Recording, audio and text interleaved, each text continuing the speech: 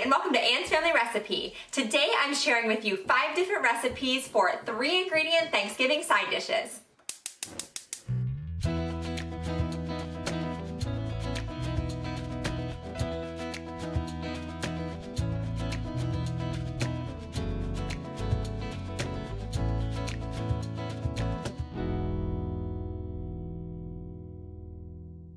My first recipe is sausage stuffing. So my 3 ingredients are 1 box of chicken flavored stuffing mix, a half a cup of dried cranberries, and 1 pound of bulk sweet Italian sausage. I'm starting with my Italian sausage in a large nonstick skillet over about medium-high heat, and I'm just going to break it up as it browns. I want it to be cooked through and nice and golden on the outside. I like my sausage to be a little bit crispy around the edges.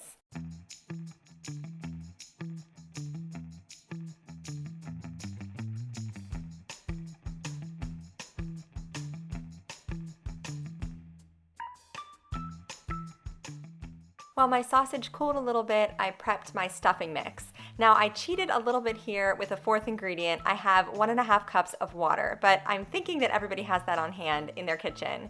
So to that I just added the stuffing mix, stirred it around, and then you cover it, turn off the heat, and after 5 minutes you fluff it up with a fork and your stuffing is ready to go.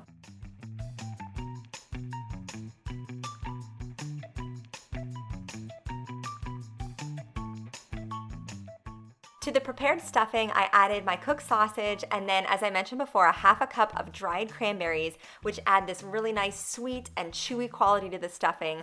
All these flavors combined are so yummy. Now I'm going to show you next that I tried to make these into little stuffing muffins, but without any kind of a binder, like a little bit of whisked egg mixed into the stuffing mixture, it just didn't hold together. It kind of fell apart. However, I would recommend spraying a casserole dish and popping this stuffing mixture into the oven just for about 10 or 15 minutes at about 375 degrees, because then you're going to get all these little crispy bits on top, and those are my favorite part.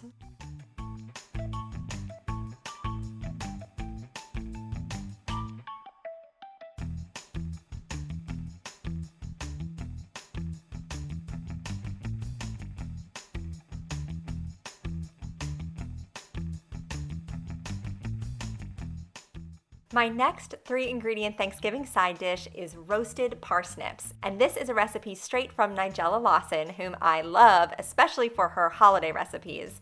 So this is just 2 pounds of parsnips, along with a half a cup of olive oil and a 1/4 cup of maple syrup. If you've never had a parsnip, it's a root vegetable that looks just like a carrot, only it's white in color, of course, but it has a flavor more like a beet, in my opinion. It has a much earthier and less sweet flavor than a carrot, but they roast up in a very similar way, and they are so delicious. So I'm just preparing them as I would carrots. I washed them and then peeled them, and then kind of chop them up into these little planks, and then I place them in one single layer on a rimmed sheet pan, and I drizzled the olive oil and maple syrup all over top.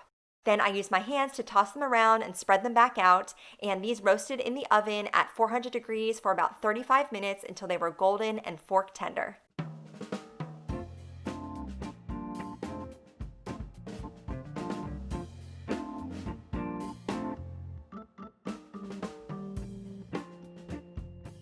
These are so simple to prepare. It's kind of an unexpected flavor on the Thanksgiving table, and roasted root vegetables are perfect because they don't have to be hot from the oven. They taste just as good at room temperature.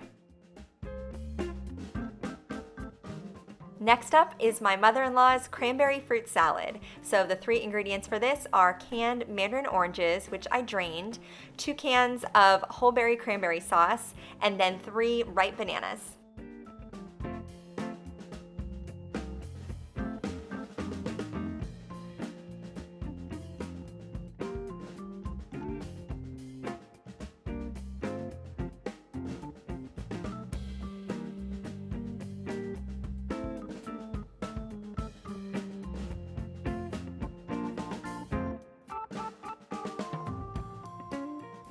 I started with the cranberry sauce in my mixing bowl just so I could use a spoon to kind of break it apart so that I wouldn't crush the other fruit as I was mixing the salad together. But then all you have to do is dump the oranges and bananas in, stir it up, and you're ready to go. I like to refrigerate my salad a little bit before eating it, but if you're crunched for time and this is kind of the last thing you can throw together, you can eat it at room temperature too, and it is very delicious.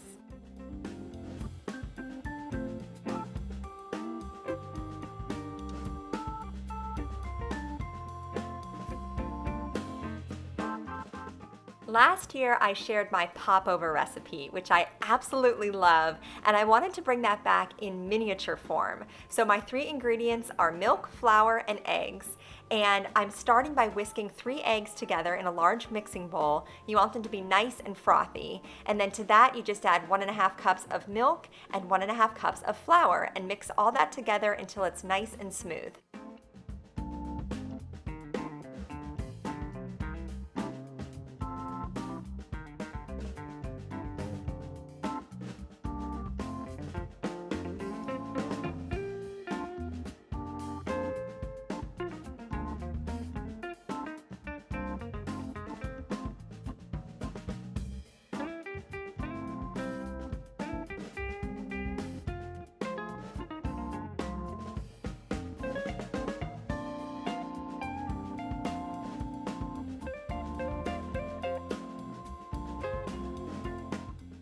This makes enough batter for a traditional popover pan, but this time I thought I would pull out my mini muffin pans so that all the guests could enjoy little poppable bites around the table.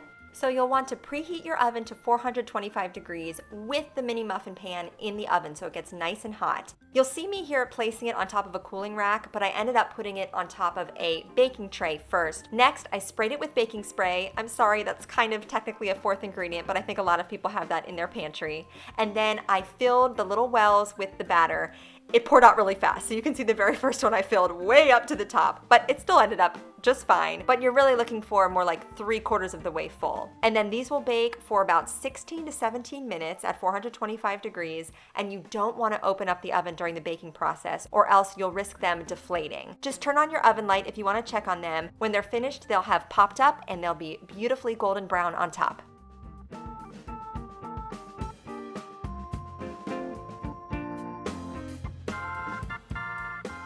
Popovers have a really interesting eggy texture, kind of like a French cruller donut on the inside. They're delicious plain, but they're also really good with some salted butter and jam, maybe some honey, pumpkin butter. Whatever toppings you choose, your guests are really going to enjoy these. Last up are my deviled eggs with herbs. So the 3 ingredients you'll need are eggs, mayonnaise, and fresh herbs. And I found this poultry bouquet at the grocery store. It's a combination of rosemary, thyme, and sage. I am terrible at hard-boiling eggs. It's just a skill I do not possess. However, the best luck that I have making hard-boiled eggs is in my air fryer. So I cooked 8 eggs at 270 degrees for 16 minutes. When they were finished, I submerged them in some cold water and then covered them in ice. So they had a little ice bath for about 5 to 10 minutes, and they peeled pretty easily. You'll see I still had some struggles, but honestly, compared to what I usually make, these were gorgeous.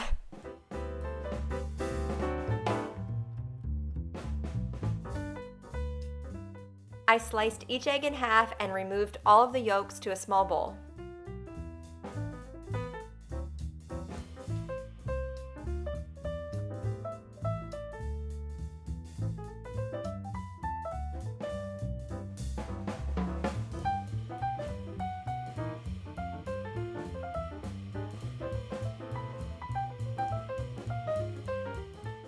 Next, I washed and dried my herbs, and then I removed them from their stems. So you just pick the sage off, and then with the rosemary and thyme, you start at the top and just pull down, and all of the leaves will just detach from the stem. It's pretty easy to do. Then I stack them all together and chop through them with a really sharp knife until they were very finely minced.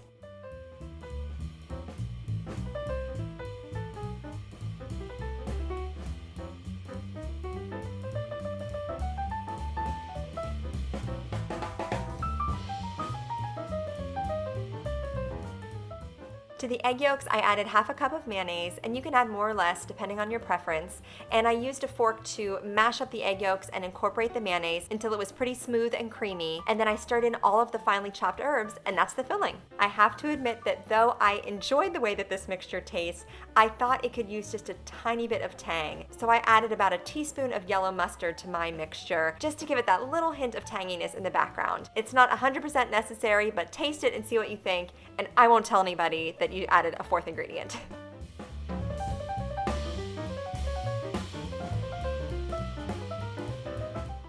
All 5 of my 3 ingredient Thanksgiving side dishes are super simple to make, and they have incredible flavor. I hope you give some of them a try on your Thanksgiving table this year. Don't forget to subscribe to my channel and give this video a thumbs up if you liked my 3-ingredient Thanksgiving side dish ideas. Thank you so much for joining me here in my kitchen. Happy Thanksgiving, and I'll see you again soon with more family recipes.